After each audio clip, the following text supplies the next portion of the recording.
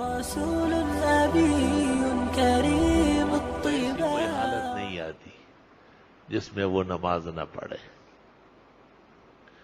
اللہ تعالیٰ نے مرد کو جو فضیلت دی ہے، بما فضل اللہ بعضهم علی بعض، ان میں یہ بات بھی ہے کہ وہ زنانہ عیوب سے اور نقائص سے پاک ہے۔ عورتوں کو تکلیفیں پیش آتی ہے، کبھی مہینے کی ہے، کبھی سال کی اور کبھی بچے کی، لیکن اللہ تعالیٰ نے مرد کو اس سے ماورا کیا ہے۔ اس لیے مرد کے ذمہ اذان بھی ہے، عورت اذان نہیں دے سکتی۔ مرد کے ذمہ نماز پڑھانی ہے، عورت امامت نہیں کر سکتی۔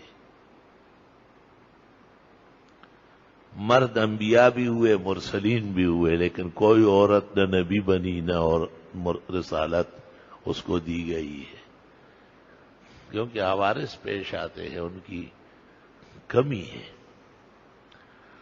علماء کہتے ہیں کہ یہ خاتون جو زیب و زینت سے خوش ہوتی ہے اور زیورات پہنتی ہے، اور اس کو اجازت بھی دی ہے کہ سونا اور چاندی جو بھی زیورات ہے وہ استعمال کر سکتی ہے۔ مرد کے لیے تو سونا مطلقاً حرام ہے کسی شکل میں بھی، اور چاندی 4.5 ماشے سے کم ہو تو استعمال کر سکتا ہے، ورنہ نہیں۔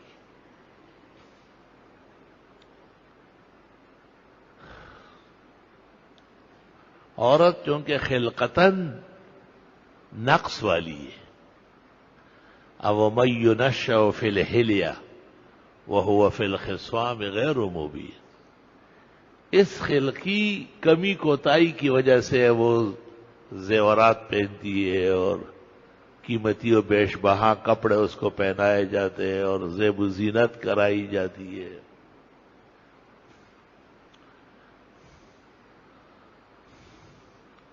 اور جو قدرت نے خلقی طور پر ان چیزوں سے ماورا بنایا ہے وہ رجال ہے، مرد ہے، اس لیے مرد کو زیب و زینت کرنے کی ضرورت نہیں ہے۔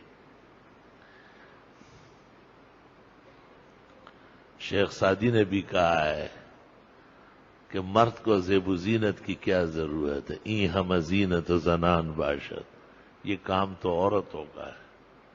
اب مرد بھی میک اپ کرتے ہیں اور عورتیں بننے کی کوشش میں، سب سے بڑا قدم یہ مارا کہ عورت کو اپنا منیٹر بنایا، اس کو کہا اگر میں صحیح نہ چلوں تو میری پٹائی کر کے باہر نکالے، شرم تم کو مگر نہیں آئی۔